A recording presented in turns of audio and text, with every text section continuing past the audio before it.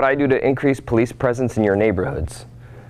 Well, the Salinas Police Department is grossly understaffed, first and foremost. So no matter how hard they would like to put more officers in your area, they can't because they can't hire enough officers. So I'm pretty happy with the City Council's ratification of the tentative agreement that the union, the Salinas Peace Officers Association, and the city came together on. I've looked over it personally, and it seems to kind of take care of the issue of recruitment and retention. Those are two big issues in law enforcement. To recruit people to come in, we want more officers in here, and the retention, to keep those that are already here so they don't go to Gilroy anymore. The bad thing about it is even though it came into place and we're going to be moving forward in a positive direction, it's going to take about a year and a half before they can actually hire and train officers to fill those positions at that. So as much as we would like officers right now, today, I don't see that happening anytime in the near future.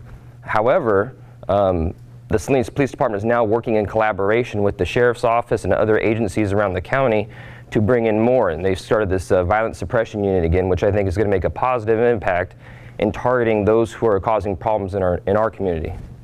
Well, be sure, first of all, that the police department has the resources to do that, have enough police officers to serve this community, and also work with the community to do their part.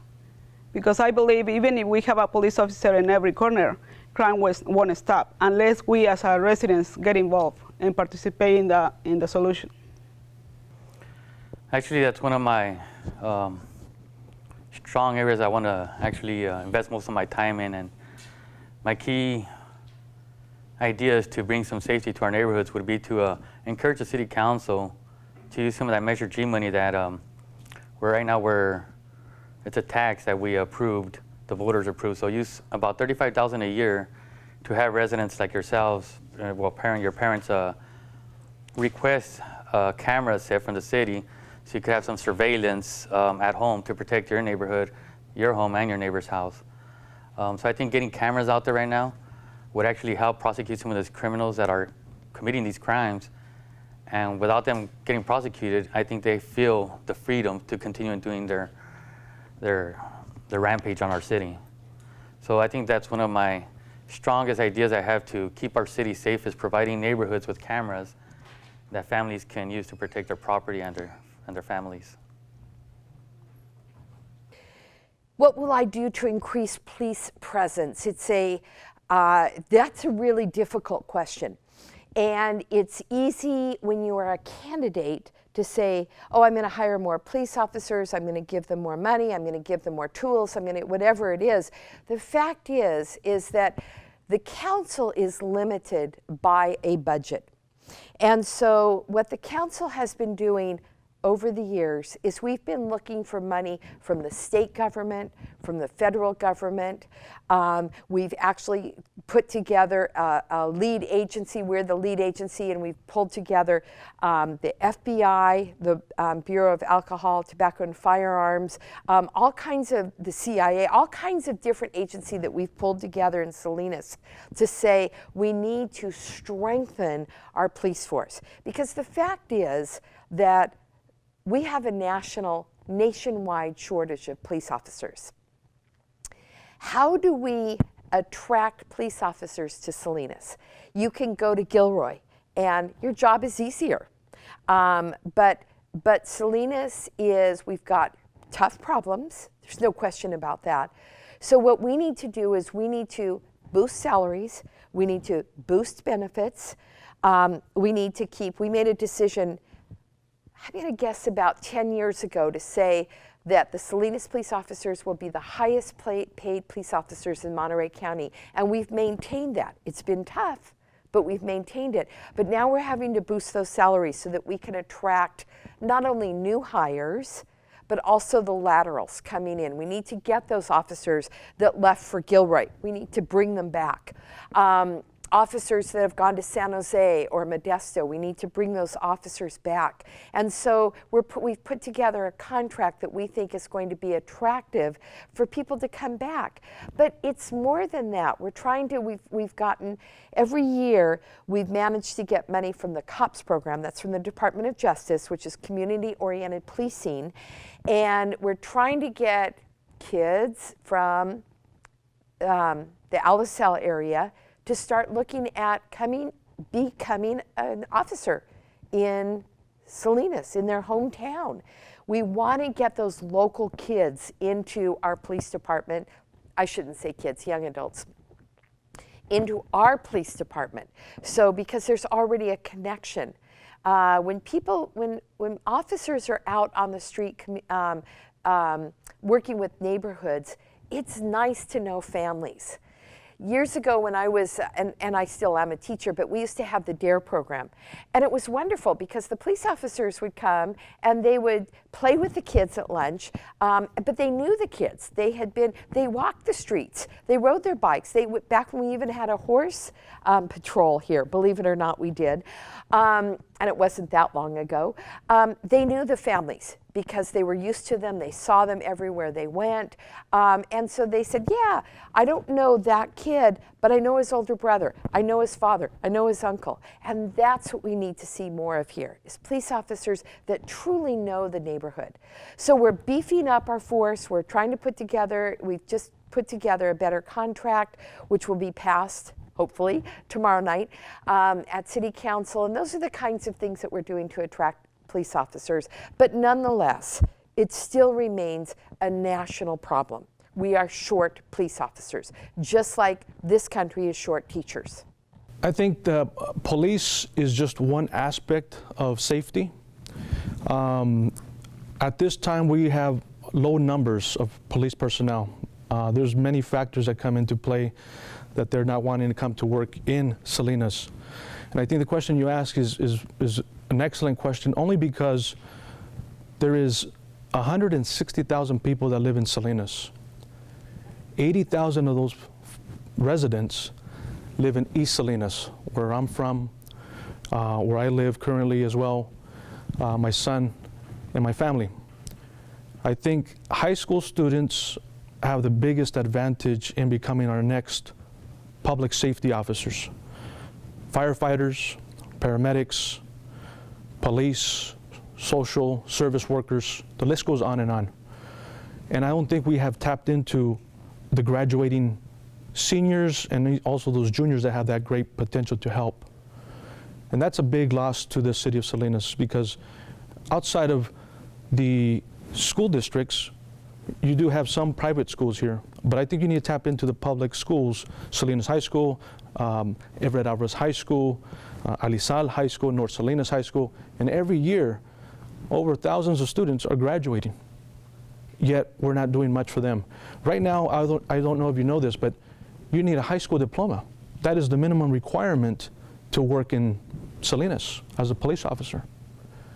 So after you graduate from here, you should be able to go into the police academy. You should be able to assist in there, but that's not happening.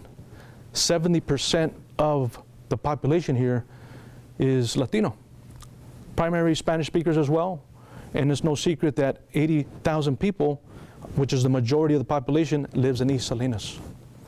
Yet, I don't think all of us, yourself included, even when I sat in those chairs as a student here, and class of 95 member, we cannot say that we know a lot of police officers or firefighters amongst us. We know a lot of farm workers, field workers, which includes my mother and my family, but we cannot say we have a lot of public safety. So I think to conclude with the question is, start tapping into the high schools. And that can be done easily through the city having the political and the willpower to start recruiting here. But that has not happened. There's a small circle that the police chief and other police members with this old mentality type of thinking, hire my family, hire my friends. And those people don't look like us, or don't even come, or don't even speak Spanish. Thank you. I mean, one of the priorities right now is to be able to deal with the issues of recruitment first. In Salinas, and especially in District 1, there's a complete disconnect between the law enforcement and the community. There's a lot of mistrust there, especially with what's going on with the officer-involved shootings over the last few years. But I think that a lot of that is just a misunderstanding. Right now, we only have 103 police officers on the streets that are actually able to go to the streets. And at any given time, there's only 10 police officers on patrol. Imagine if there's a homicide that's going on over in East Salinas, which is where most of them occur, and all 10 of those officers are going to go to that call. Then they're going to have to call additional people in to take care of all the other crimes that are going around. I'm very fortunate that I have a daughter-in-law who's a police officer with the Salinas Police Department, and my son was a police dispatcher. So I got a first-hand experience on looking at the volume of calls and looking at the relationships or the lack thereof between the community and the police department. One of my goals is to build that bridge back there again to where we start having credibility and trust with the police department, and that the police department also understands some of the struggles that we go through. District 1 has been sorely underrepresented for the last 4 years, and it's time for a change. And I'm hoping that I can bring my expertise and my skills to be able to make that change and bridge that gap, so that way we can get proper police presence, build the relationships, and solve the homicide rate and reduce violence. Police play a very critical role in prevention and suppression measures. Our police department currently is very emaciated. We don't have enough police officers just to patrol the city, let alone have any violence suppression units or gang task force, or even school resource officers in our city. As a matter of fact, we have less cops now than we did back in 1970s, when the population of this city was less than half of what it is today. I agree. We do need more police officers. And it's a little puzzling why this city administration, the mayor and the city manager, will not get in the front and hire the 80 police officers that we need. Let me give you an example. 4 years ago, the mantra was that, hey, we don't have money for the police officers. Mayor Joe Gunther spearheaded a Measure G that brought in an additional $22 million of new revenue that would be focused on school resource officers, police, and violence suppression.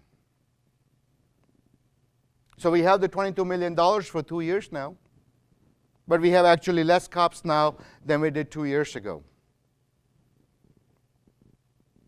Why? Why is this city not hiring the police officers? Well, the first, we don't have the money. We give you the money, then, secondly, there are no qualified police officers around in Monterey County. When we said go out and talk to every single academy up and down the whole state of California, there are people to be had, there are officers to be had. San Francisco, Mayor Ed Lee got up in front of the police chief and said, I want 350 new cops. Mr. Police Chief, you have 3 months to do it. He made it happen. How is it that some cities can get 350 cops and we're actually going negative in the number of cops? One of the reasons was, police officers don't want to come here because the Officers Association does not have a contract. No cop wants to work in a city where there is no contract. Well, that problem's been solved already. I think we need to stop looking for excuses and not hiring the cops, and we need to start getting our hiring practices and the policies up and running. We deserve the 80 new cops. My pledge of 200 cops by 2020 is solid as a brick, and this is where we need to be. Well, currently we're in the process of hiring 30 more police officers as a start. We have gotten some grant money from the state and from the federal government. One of them is to put school resource officers in schools, and when they're not there, they will be in neighborhoods working as community-oriented police officers. One of the things that I think is important is that we hire local youth as they become a little older to be police officers. We have increased our awareness programs. We want to hire them as community service officers to start. And also we've increased our Explorer program with the police department. At one time we were down to 8, we are currently at 24. And I think by doing that, we increase the presence of young people's involvement in our community. And by doing so, we're able to hire some of them. We've just finished a recruitment where we hired 3 young men that grew up in Salinas. As a matter of fact, 2 of them graduated from Alisal High and 1 from Everett Alvarez. That'll be starting as police officers in the city of Salinas. people that know the community, know the neighborhood, and yes, they're Spanish speaking, and I think that's very important for our community. You know, we have some citizens here that do not speak English. Some of the parents of some of our young people do not speak English, so that gives them someone they can communicate with. And I think by doing this and by incorporating people that have lived here, that understand the community, the culture, and that can work with other young people and also understand the problems, that we will move forward.